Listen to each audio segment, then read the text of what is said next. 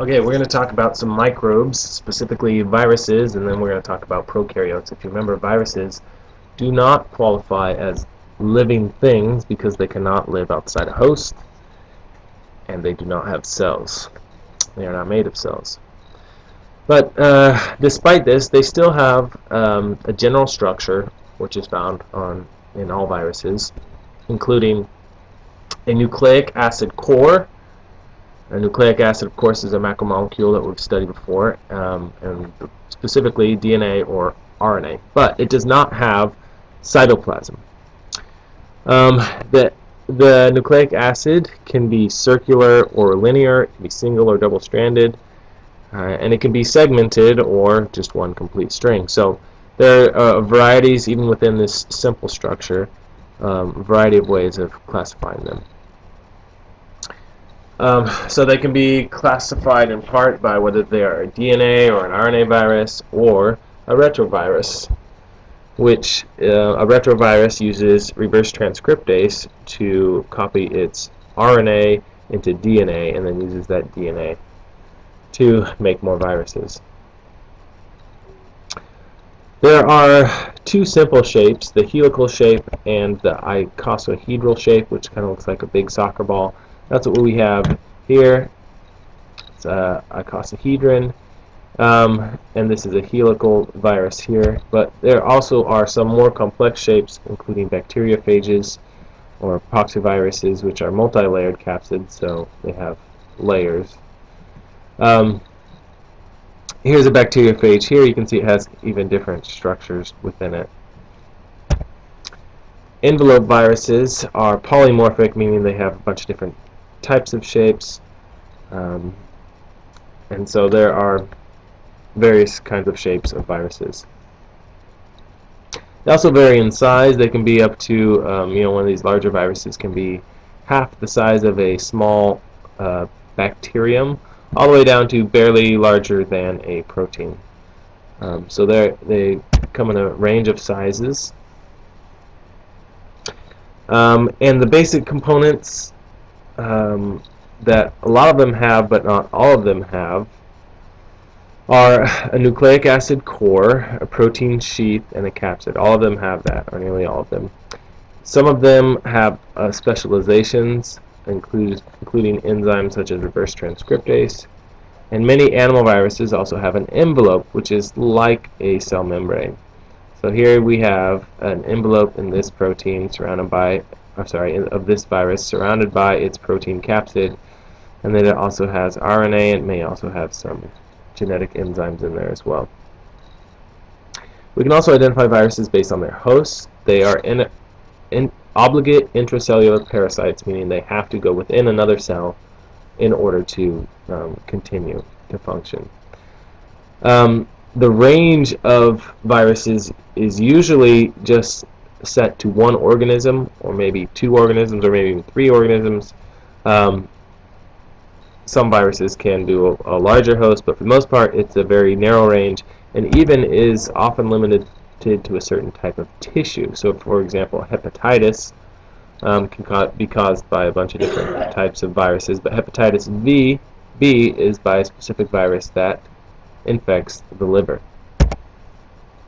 They can also remain dormant, so in a state where they are not creating more viruses but are still within the system of their host. An example of that is chickenpox, which is a virus that is the same virus as shingles, which is the adult form of chickenpox. And what happens is chickenpox virus lays dormant in your system until stress or other factors will cause your immune system to decrease, and then the virus will reinfect areas of the skin, and that's called shingles.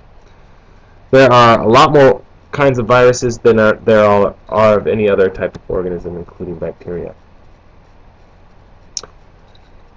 So the way to think of a virus is basically it has a set of instructions in its nucleic acid that it uses to take over a host cell, uses its machinery, and then reproduces its viruses and proteins there. Outside of the host cell, though, they are not they don't do anything. They can't reproduce outside of a cell, and they are called virions. So if you're thinking about the organelles of a cell, you think about what a virus does. What organelles or molecules does a virus need to reproduce? Okay, well, if you think about transcription and translation, that's exactly what's going on with their nucleic acids. In order to do that, you have to have ribosomes and enzymes such as RNA polymerase or DNA polymerase. Any of those, not necessarily all of them, but any of the enzymes involved in transcription and translation are then needed to make viruses. And the end result of a virus taking over these processes of transcription and translation is they make a lot more viruses, and then they are released. Their viral genome is can be classified according to whether it's DNA and RNA or the number of strands. Most RNA viruses are single-stranded, and RNA, because it's not prone to the same amount of DNA proofreading as DNA, there are a lot of mutations in RNA viruses, so they can be hard to treat. You can have a positive strand RNA virus, which is where the viral RNA serves as messenger RNA, or you can have a negative strand virus where the genome is complementary to the viral messenger RNA. Or you can have retroviruses like HIV, which convert RNA into DNA. Most DNA viruses, on the other hand, are not single-stranded, they are double-stranded, and then they are replicated in the host of the eukaryotic cell that it infects. These are a bunch of viruses that are very important to humans because they infect and cause disease. You don't have to know these, but that was just for an example. Bacteriophages are then the type of viruses that infect bacteria, and they're called a phage for short. And we have most knowledge about E. coli bacteriophages because that is a model organism for studying in scientific studies. But these viruses, bacteriophages, can also be found in archaea. They infect archaea bacteria. Reproductive cycle varies between different types of viruses, but basically follows these steps. First one is it has to attach to its host cell. Then it has to enter the host cell and release its nucleic acid, and then it has to use the machinery of the host cell to synthesize DNA, RNA, and or proteins, and then it has to assemble those into a new functional virus, and then it has to either be released or exit or cause the cell to burst so that it can go then and infect more cells. The eclipse period then is the time where it's floating around when it's not infecting a cell, and at this point it is a virion and not a virus. So a cell or a virus can operate in two different pathways, and we call these the Lyse cells, and they are lytic and lysogenic. The lytic cell, in the lytic cycle, what happens is the bacteria or the cell produces the different or produces replicates of the virus, and then that virus leaves the cell.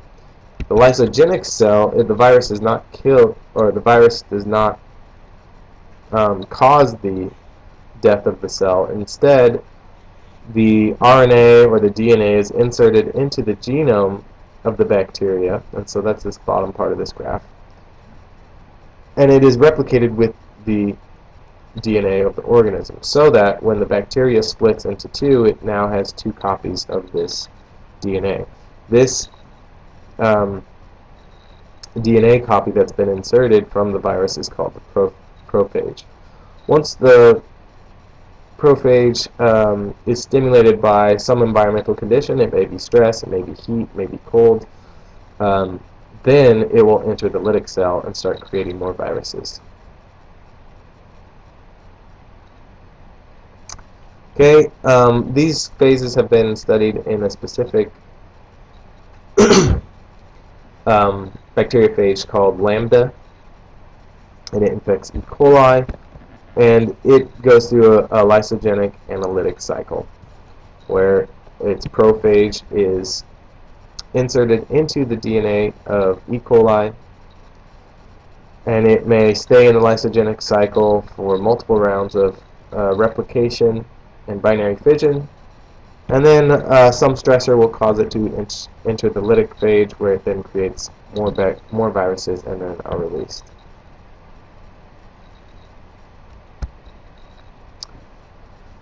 Sometimes when this happens, it will cause a change in the bacteria.